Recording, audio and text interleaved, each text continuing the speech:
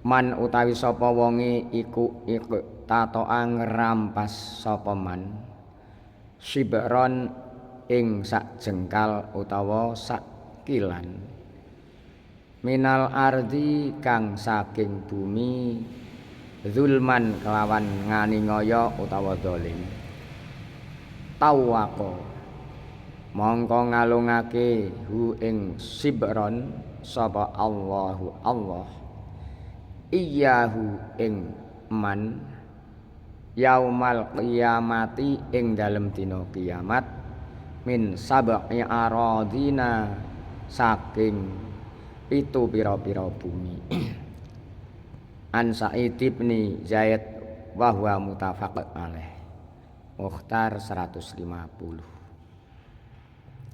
Barang siapa merampas atau mengambil hak orang lain yang berupa tanah hanya satu jengkal, maka Allah akan mengalungkan rampasannya itu di hari kiamat besok hingga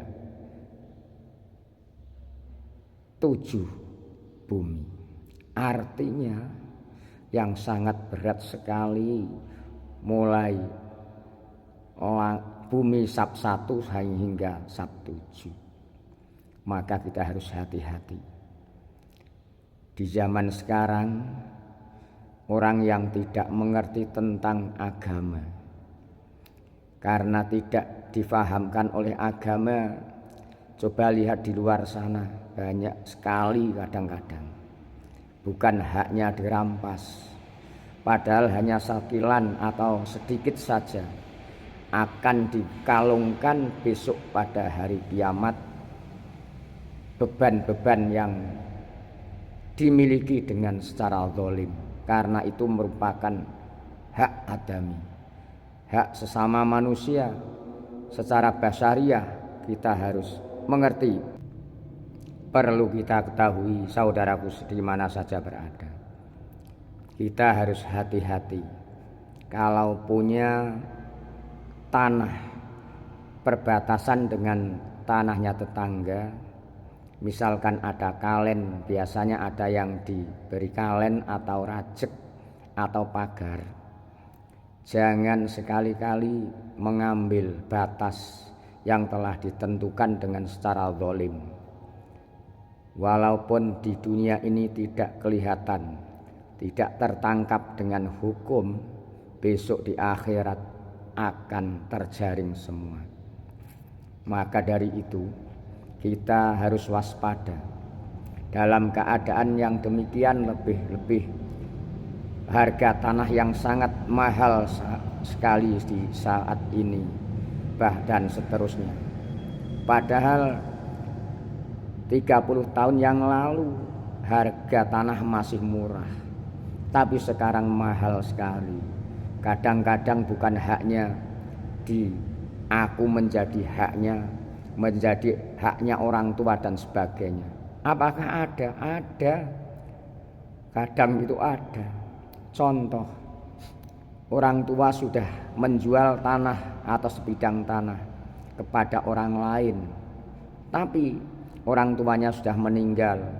Anaknya mengerti atau mengetahui bahwa tanah dulu belum dibalik nama pada orang yang membeli. Anaknya secara hukum dunia masih bisa menarik karena itu merupakan masih nama bapaknya, tapi di akhirat besok akan menjadi tanggung jawab yang besar sekali. Itu merupakan bukan haknya. Secara fisik namanya karena belum dibalik nama, masih nama orang tuanya. Seandainya gontok-gontokan dengan secara hukum fisik dunia bisa diambil, tapi itu adalah zalim yang sangat besar sekali. Apakah ada? Kadang kan ada.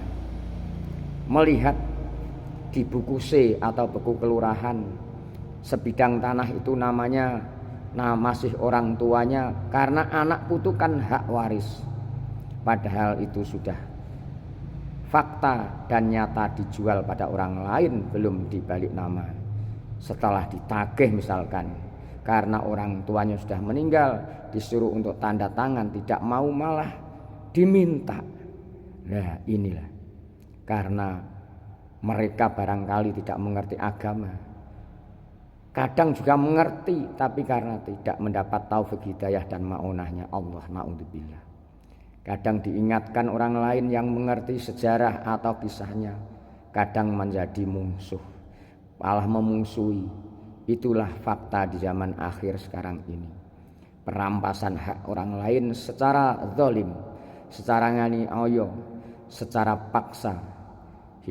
Hukum dunia bisa lolos, tapi hukum akhirat tidak akan lolos. Nah, itu hadis yang menerangkan demikian banyak sekali. Maka kita tidak boleh menyampur aduk dengan barang yang baik dengan barang yang batil. Al-Quran sendiri kan banyak yang menerangkan ayat-ayat demikian. Kita harus berbuat dengan baik, jual beli juga demikian, dengan kejujuran, dengan kebaikan. Kalau memang itu baik dikatakan baik, kalau memang itu tidak baik atau kurang baik, beritahukan pada pembeli biar tidak kecewa. Karena mengecewakan orang lain itu adalah perbuatan dosa, perbuatan zalim, merupakan hak adami, hak sesama manusia. Kalau tidak minta maaf kepada yang bersangkutan, Allah tidak akan memaafkan. Lain lagi dengan hablum minallah, kita istighfar, taubatan nasuha, taubatan yang sungguh-sungguh, insya Allah Allah akan menerima taubatnya.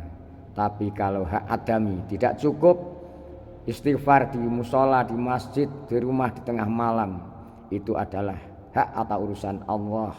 Tapi kalau hak adami harus minta maaf, minta kerelaan, minta keridhaan kepada orang yang bersangkutan. Tapi kadang orang yang tidak mendapatkan hidayah kepada Allah tetap kotok, tetap keras hati. Karena itu dia dikelilingi setan iblis yang membius pada jiwa atau hatinya. Padahal itu barang yang tidak baik, kelihatan indah dan menyenangkan. Karena sudah keras, buta hatinya, sudah tidak mau diingatkan kepada yang lain.